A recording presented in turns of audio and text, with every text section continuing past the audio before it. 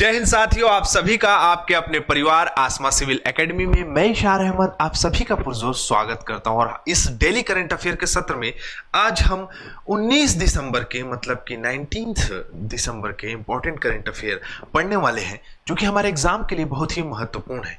तो फटाफट वीडियो को शेयर कर दीजिए और चैनल में नए हैं तो चैनल को सब्सक्राइब करना ना भूलें।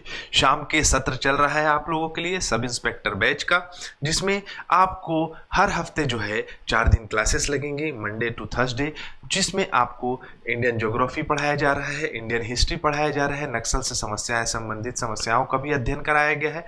तो उस क्लास को मिस ना करें मेरे प्रिय साथियों। अगर सब इंस्पेक्टर बनना चाहते हैं और आपके मित्र सहयोगी आपके सहपाठी अगर पढ़ रहे होंगे तो उनके पास भी इस वीडियो को शेयर जरूर करिएगा और उस सेशन को भी जरूर शेयर करिएगा। उस सेशन से तात्पर्य जो दरोगा बैच चल रहा है उसको। ठीक है, चलिए अपना सत्र प्रारंभ करते हैं फटाक से। और आज की पॉजिटिविटी है, बादल वही बरसते हैं जो खुद को तूफानों से जूझने के लिए तैयार रखते हैं। मेरे प्रिय साथियों, आपने अगर बादलों को देखा होगा तो उनकी प्रवृत्ति आपको एकदम शांत सी नजर आती होगी, लेकिन अगर आप प्रैक्टिकली देखें तो वो बहुत सारे तूफानों का सामना करते रहते हैं। और इन्हीं तूफानों के सामना करते करते जो है बेसिकली वो इतने मजबूत हो जाते हैं कि स्पेसिफिक एरिया में अगर साइंटिफिकली देखें तो दबाव कम होने की वजह से जो है वर्षा होती है। तो इसीलिए ऐसे बादल बनो कि तभी बरसो जब जरूरत हो। समझ रहे हैं ना, हर जगह बोलने की साबित करने की जरूरत नहीं, क्योंकि व्यक्ति खुद को साबित करते करते जो है अपने आप को एकदम लाचार और बेबस कर जाता है। ठीक है, चलिए अपना सत्र प्रारंभ करते हैं। आइए, हाल ही में लोकसभा में आपदा प्रबंधन संशोधन विधेयक 2024 पारित किया गया था। यह विधेयक किस अधिनियम के संशोधन करता है, किस अधिनियम पर संशोधन करता है या में संशोधन करता है? चलो देखते हैं।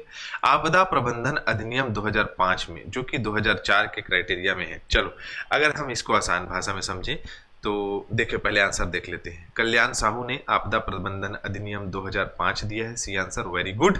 शशि टंडन ने भी सही जवाब दिया होगा। आपदा प्रबंधन संशोधन 2024 को 1 अगस्त 2024 को लोकसभा में पेश किया गया था और विधेयक आपदा प्रबंधन अधिनियम 2005 में संशोधन करता है। वेरी गुड, क्या बात है सूर्या ठाकुर। आपदा प्रबंधन संशोधन अधिनियम 2024 को 1 अगस्त 2024 को लोकसभा में पेश किया गया। आपदा प्रबंधन अधिनियम 2005 में संशोधन करता है।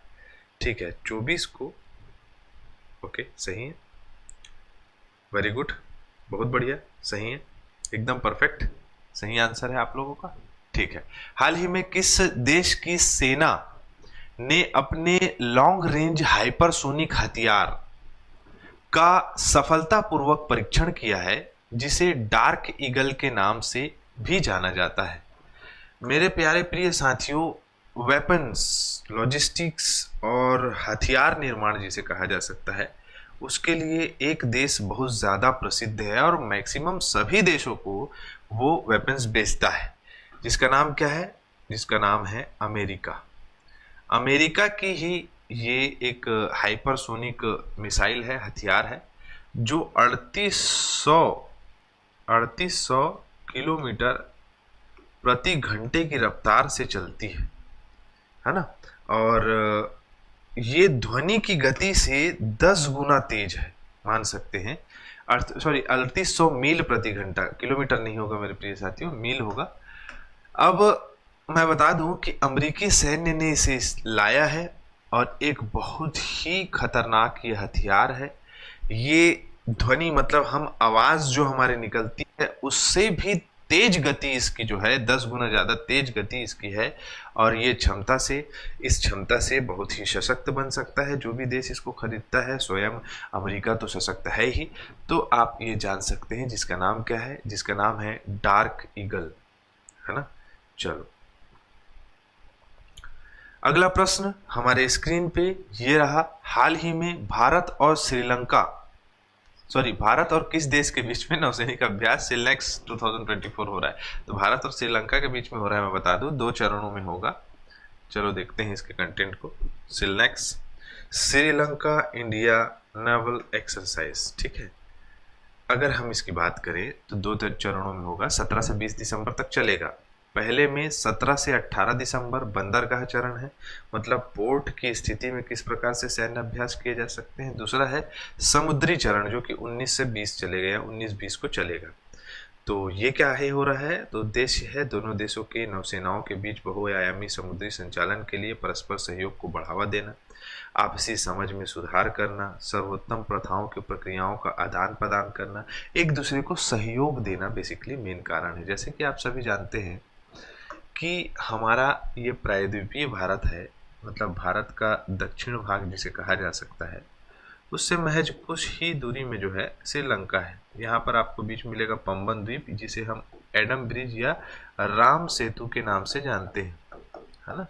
और इसे ही हम पाक जल डमरू मध्य के नाम से भी जानते हैं। ये दोनों के बीच में जो संधि हुई है, यहाँ आपको मन्नार की खाड़ी मिलेगी, गल्फ ऑफ मन्नार।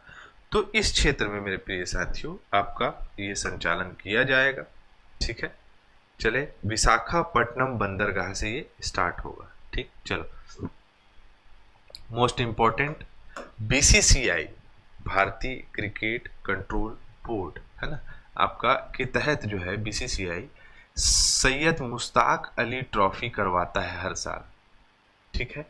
सैयद मुश्ताक अली जी के नाम से मुंबई ने इस बार जीता है ये खिताब को। मुंबई जो है इस खिताब को जीता है, सैयद मुश्ताक अली टूर्नामेंट को। मुश्ताक अली टूर्नामेंट का खिताब मुंबई ने जीता है। मध्य प्रदेश को इसने हराया है। बेंगलुरु के चिन्नास्वामी स्टेडियम में आयोजित करा जा रहा था, इससे पहले मुंबई 2022 में जीत चुका है। यह भारत में एक घरेलू T20 क्रिकेट चैंपियनशिप है। बीसीसीआई द्वारा कराया जाता है।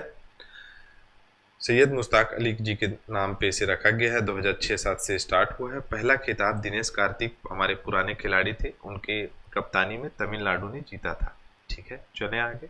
चलो, आर्थिक और भू राजनीति अस्थिरता के बीच निम्नलिखित में से किस संगठन ने सामाजिक संवाद रिपोर्ट प्रकाशित किया है।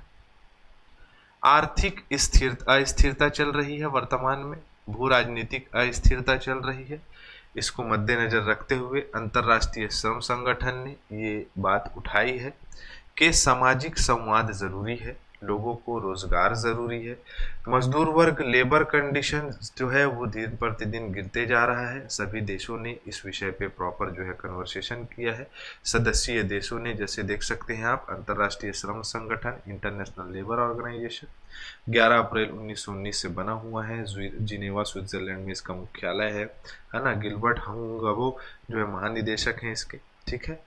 शांति का पुरस्कार मिल चुका है इन्हें 1969 में। तो ये इसके द्वारा ये संवाद उठाया गया है। निम्नलिखित में से किस टीम ने पहला वाल्डरनर कप 2024 टेबल टेनिस टूर्नामेंट जीता। ये इम्पोर्टेंट इसलिए है क्योंकि हमारे भारत की एकमात्र खिलाड़ी जिसका नाम है मनिका बत्रा, ये जो है इसमें पार्टिसिपेट करी थी। टीम एशिया ने इसे जीता है। टीम वर्ल्ड को हरा के वैश्विक स्तर पे ये टीम चयनित की जाती है। सभी द्वीपों के लोग जो है इसमें पार्टिसिपेट करते हैं देशों के। तो 14-10 से हराया है टीम वर्ल्ड को। टीम किसने? एशिया ने। तो ये हमारे लिए इम्पोर्टेंट हो जाता है। मैंने बताया एकमात्र भारतीय खिलाड़ी जिनका नाम क्या है, मनिका बत्रा, ये जो है परास्त हुई है, लेकिन इनका प्रदर्शन काफ़ी अच्छा रहा है। तो हम याद रखना है, टेबल टेनिस खिलाड़ी निम्नलिखित में से कौन है पूछेगा तो मनिका बत्रा काफ़ी अच्छी खिलाड़ी हैं, ठीक है। चलो, हाल ही में किस देश ने 2025 तक भारतीयों के लिए वीजा मुक्त यात्रा पेशकश की है? 2025 तक वीजा मुक्त आप रूस जा सकते हैं, रशिया जा सकते हैं, ठीक है। तो बहुत सारे लोग खुश हो गए होंगे रशिया जाने के लिए, क्योंकि बहुत ज़्यादा वहाँ ठंड रहती है, घूमने का वातावरण है ना। और रशियंस जो है वो बहुत कन्वर्सेशन करते हैं भारतीय लोग के साथ। और देखा गया है कि बस मैं यही बताना चाह रहा हूँ कि जो है आपका बहुत सारे ऐसी रशियंस लेडीज हैं जो भारतीय लड़के लोग के साथ शादी कर ली हैं, ठीक है। तो बस याद रखो, रशिया का जो है वीज़ा अगली बार से जो है फ्री रहेगा। घूमने जाना, वहाँ पर बातचीत करना स्टार्ट कर सकते हो सोशल मीडिया प्लेटफॉर्म में। और काम ही क्या है लोगों के पास, खाली बतियाते रहते हैं। चलो, अगर हम भारत की बात करें तो इंडोनेशिया, मालदीव और थाईलैंड, ये देश में वीज़ा मुक्त है, हम जा सकते हैं। मालदीव, थाईलैंड थाईलैंड ज़्यादा जाते हैं लोग, इंडोनेशिया और मालदीव कम जाते हैं। थाईलैंड इसलिए जाते हैं क्योंकि वहाँ जो है मौज मस्ती करने की जगह है। अधिकतर देखोगे स्टेटस में लोग लड़के जो है थाईलैंड चले जाते हैं, पढ़ाई लिखाई कर लो रे। ठीक है, पासपोर्ट रैंकिंग अगर हम बात करें भारत की तो 82 नंबर का है ना, जैसे मैंने बताया था, और अच्छी स्थिति है। चलिए आगे बढ़ते हैं। भारतीय नौसेना ने रसद के क्षेत्र में मतलब लॉजिस्टिक्स के एरिया में शिक्षा, अनुसंधान और प्रशिक्षण को मजबूत करने के लिए निम्नलिखित में से किसके साथ समझौता ज्ञापन हस्ताक्षर किया है। देखो,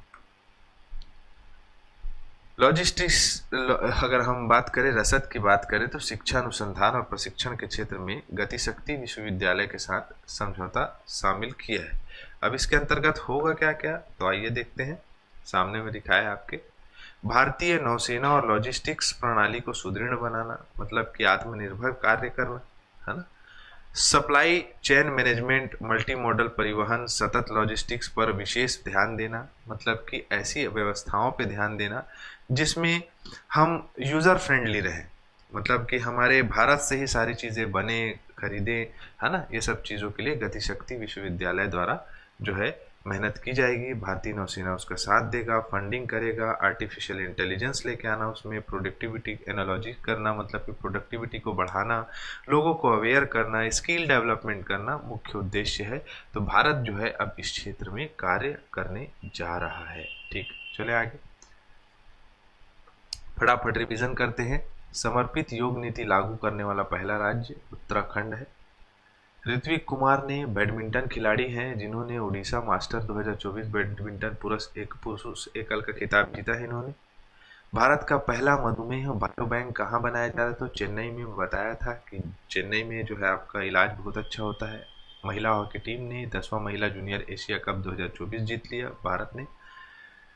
मानस रावत, गायत्री रावत, ये दोनों बहनें हैं, सगी बहनें हैं, है ना। इन दोनों ने जो है BWF2 सुपर 100 बैडमिंटन टूर्नामेंट युगल का खिताब जीता है। भारत, फ्रांस और UAE के बीच में त्रिपक्षीय हवाई अभ्यास डेजर्ट नाइट किया जा रहा है। आप लोगों के लिए प्रश्न है, निम्नलिखित में से किस कंपनी ने चरक परियोजना की शुरुआत की है, मोस्ट इंपॉर्टेंट। ठीक है, चलो तो हमारा सत्र यहाँ कंप्लीट होता है। मैं इसी के साथ इजाज़त चाहूँगा, छोटा सा सत्र रहता है, फटाक से देख लिया करो, इंपॉर्टेंट फैक्ट्स आप लोग से साझा भी कर जाता हूँ। ठीक है, इसी के साथ मैं इजाज़त चाहूँगा। जय हिंद, जय भारत।